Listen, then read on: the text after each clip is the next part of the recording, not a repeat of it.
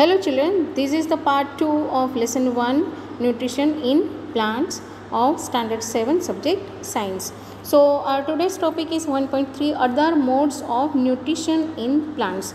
So first one mode we have discussed about it, that is autotroph. That means plant prepare their food in the presence of chlorophyll, sunlight, carbon dioxide and water.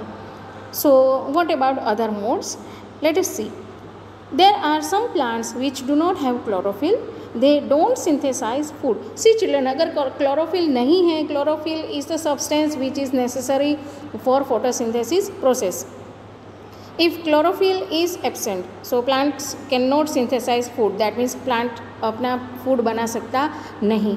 So for their requirement of nutrition, their requirement of food, वो कैसे manage करेंगे, किस पे depend रहेंगे. Okay, सो जैसे हम humans और animals है वो दूसरे मतलब प्लांट्स की प्रोडक्ट के ऊपर डिपेंडेंट है अपने फूड के लिए. So that it is known as heterotrophic mode. So when any organism depends on other organism for their food requirement or nutrition, it is that mode is called heterotrophic mode. So do you see a yellow wiry branches structure twining around the stem and branches of a tree? यहाँ पे एक मैं आपको figure दिखा रही हूँ. See children, one photograph is given that is Cuscuta और इसे कहेंगे अमर बेल. तो एक ट्री है हरा भरा सा ग्रीन कलर का, लेकिन उसके ऊपर आप येलो कलर के ऐसे पैचेस देख रहे हो. जो है एक क्लाइंबर है वो पूरे ट्री के ऊपर फैली हुई है. Fine.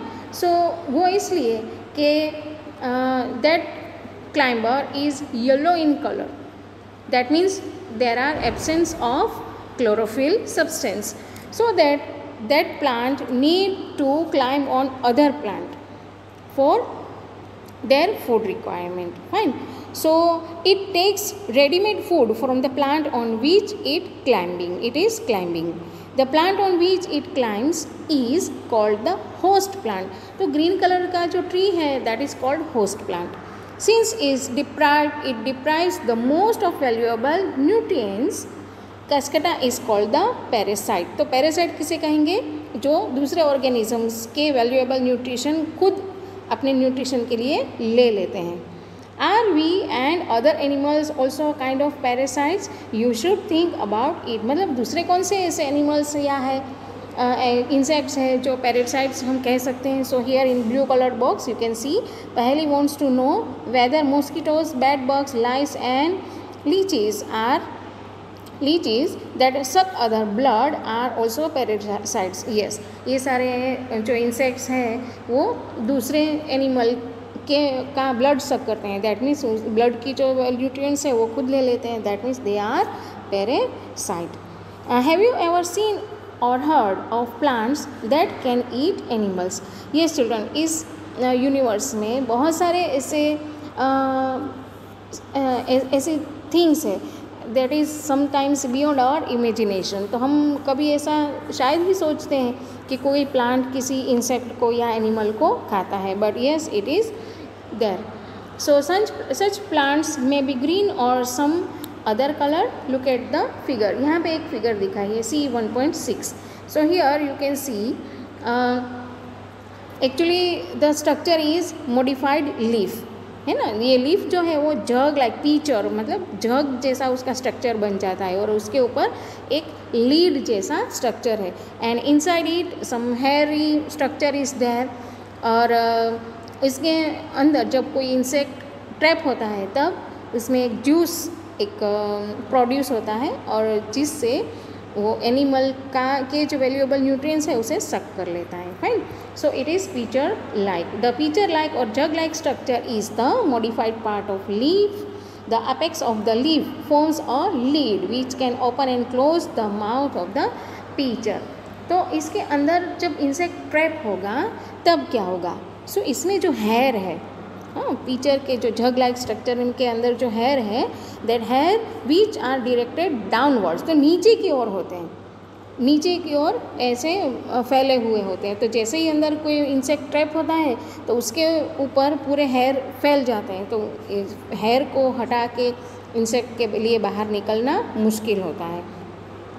When an insect lands in the pitcher, the lid closes and the trapped insect gets entangles into the hair. मतलब उसके अंदर फंस जाता है. The lid closes and the insect is trapped. Lead बाद में बंद हो जाएगा और इंसेक्ट ट्रैप हो जाएगा. The insect is digested by the digestive juices secreted in the pitcher and its nutrients are absorbed. Such insect eating plants are called insectivorous plant. So it was some other plants are also there, but for now only one pitcher plant we are going to learn about it. Fine. So this was one mode of nutrition, that is heterotrophs. और heterotrophs में हमने एक देखा insectivorous. Now one more is saprotrophs. Saprotrophs किसे कहेंगे? मानो 2-3 दिन पुरानी रोटी है या ब्रेड है या मानसून की सीज़न में लेदर के शूज़ है या वुडन थिंग्स है, तो उसके ऊपर हमें वाइट या ग्रीनिश कलर के पैचेस दिखेंगे और उसमें थोड़ी बैड स्मेल भी आएगी. और मानसून की सीज़न में ट्री का जो ट्रंक है या ऐसे जहाँ पे ह्यूमस पड़ा है वहाँ पे हमें छोटे छोटे मशरूम्स उगे हुए दिखेंगे. So all these are known as saprotroph. So you may have also seen fluffy umbrella-like patches growing in moist soil or on rotting wood during the rainy season. तो ये क्या है? सेप्रोट्रोप. अब इसे हमें और समझने के लिए क्या करना है कि एक ब्रेड को लेना है, थोड़ा मोइस्ट करके 2-3 दिन तक रहने देना है. Fine. So when we see in the microscope, here you can see this structure. ऐसा एक फंगाई ग्रोइंग ऑन ब्रेड, तो इसे हम फंगाई कहेंगे. जो एक सब्सटेंस ग्रो होता है, एक्चुअली ये पोर्स होते हैं ना फंगाई के, तो वो they are available in the atmosphere, in the air. But when they get favourable condition, जैसे कि मॉइस्चर है, थोड़ा ह्यूमिडिटी है, थोड़ा वार्मनेस है, तो ऐसा जब ऐसी जब सीज़न होगी तब ये किसी भी सरफेस पे लैंड करेंगे और उस लैंड करके उस सरफेस पे then they start to grow. तो ऐसा ही कुछ ब्रेड और लेदर शूज़ या वुडन थिंग्स में होता है. These organisms are called fungi. They have a different mode of nutrition. They absorb the nutrients from the bread. This mode of nutrition in which organisms take in nutrients from dead and decaying matter is called saprotrophic nutrition. तो इसमें dead and decaying matter जो है, मतलब ख़राब हो गई हुई जो चीज़ें हैं उससे वो न्यूट्रिशन लेते हैं, उसके ऊपर ग्रो करते हैं. And that is why this mode of nutrition is called saprotrophic nutrition. And such organisms with saprotrophic mode of nutrition are called saprotrophs. तो इस organisms को क्या कहेंगे? Saprotrophs. Fine. So fungi also grow on pickles, leather clothes and other articles that are left in hot and humid weather for long time. During the rainy season, they spoil many things. तो ये बहुत सारी चीज़ें जो है वो ख़राब होती है, खास करके फर्नीचर और लेदर की चीज़ें. कभी कभी कपड़ों पे भी ऐसे लग जाती है बहुत दिनों तक अगर पड़े हैं और ऐसे ह्यूमिडिटी का एटमॉस्फेयर है तो. The fungal spores are generally present in the air. When they land on wet and warm things, they germinate and grow. Now can you figure out how we can protect our things from getting spoiled? हाँ, उसके लिए हमें कुछ चीज़ें ध्यान में रखनी है. Generally for example wooden shoes, तो वुडन शूज़ अच्छे से साफ़ करो, उसके ऊपर थोड़ा ऑयल या ग्रीस मतलब ऐसा पॉलिश लगा के फिर उसे बैग है या पेपर है उसमें लपेट के उसे अच्छे से रख दे, ढक के रख दे. सो दे में not grow on it. Some organisms live together and share both shelter and nutrients. This relationship is called symbiosis. For example, certain fungi live inside the roots of plants. The plant provides nutrients to the fungus and in return the fungus provides water and certain nutrients. तो ऐसी fungus हैं जो plants के root में grow होती है. In organisms called lichens, a chlorophyll-containing partner, which is an alga, and a fungus live together. The fungus provides shelter, water, and minerals to alga and in return the alga prepares and provides food to the fungus. तो alga जो है ना वो chlorophyll उसमें होता है, that means it can prepare its food. So दोनों एक दूसरे के साथ हेल्पफुल होके सर्वाइव करते हैं. So this kind of relationship is called symbiosis. Okay children, the next one is how nutrients are replenished in the soil. तो nutrients जो होते हैं वो बार बार आपने देखा होगा कि बड़ा सा खेत है तो उसमें फार्मर्स उसमें बहुत सारे मैन्यूर डालेंगे, फर्टिलाइजर्स डालेंगे. वो क्यों डालेंगे? Have you seen farmers spreading manure और फर्टिलाइजर्स इन द फील्ड और gardens using them in lawns और in pots? Do you know why this is done? Children, ऐसा होता है कि किसी भी सॉइल में किसी भी क्रॉप अगर ग्रो करता है तो सॉइल के जो वैल्यूएबल न्यूट्रिएंट्स हैं वो क्रॉप यूटिलाइज करता है. तो एक समय ये आता है कि सॉइल में न्यूट्रिएंट्स बचते नहीं. तो अगर ऐसी सॉइल है तो बाद में उसमें प्लांट्स या क्रॉप अच्छे से ग्रो होता नहीं. तो बार बार उसे रिप्लेनिश करना पड़ता है, मतलब उसे फर्टिलाइज़र उसमें डालना ज़रूरी है. You learn that plants absorb minerals and nutrients from the soil, so their amounts in the soil keep on declining. तो बार बार ये यूटिलाइज करते हैं तो न्यूट्रिएंट्स जितने हैं वो ख़त्म होना शुरू हो जाएंगे. Fertilizers and manures contain nutrients such as nitrogen, potassium, phosphorus etcetera. तो फर्टिलाइजर्स में ये सारे वैल्यूएबल न्यूट्रिएंट्स होते हैं जो प्लांट्स को ग्रो करने के लिए ज़रूरी है. These nutrients need to be added from time to time to enrich the soil. We can grow plants and keep them healthy if we can fulfill the nutrient requirement of plant. तो अगर plant को ऐसे valuable nutrients जो उनके लिए ज़रूरी है वो अगर उसमें बार बार डाले जाएँ, टाइम टू टाइम दिए जाए तो ही प्लांट अच्छे से ग्रो करेगा. Usually crop plant absorb a lot of nitrogen and the soil becomes deficient in nitrogen. तो जो क्रॉप है उसमें नाइट्रोजन का यूटिलाइजेशन ज़्यादा होता है, तो नाइट्रोजन उसमें ज़्यादा यूज़ होता है. सो ऐसा जब होगा तब सॉइल में धीरे धीरे नाइट्रोजन का लेवल जो है वो कम होता जाएगा. You learned that through nitrogen gas is available in plenty in the air, plants cannot use in the manner they can use carbon dioxide.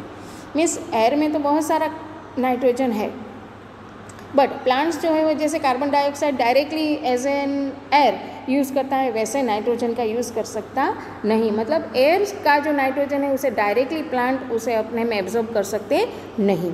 They need nitrogen in a suitable form.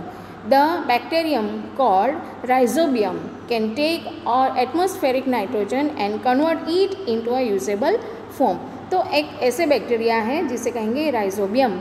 तो ये bacteria क्या करेंगे, atmosphere का जो nitrogen है मतलब air form में जो नाइट्रोजन है उसे ऐसा कन्वर्ट करेंगे जो यूजेबल फॉर्म में, मीन्स वाटर में डाइल्यूट हो सके ऐसे फॉर्म में.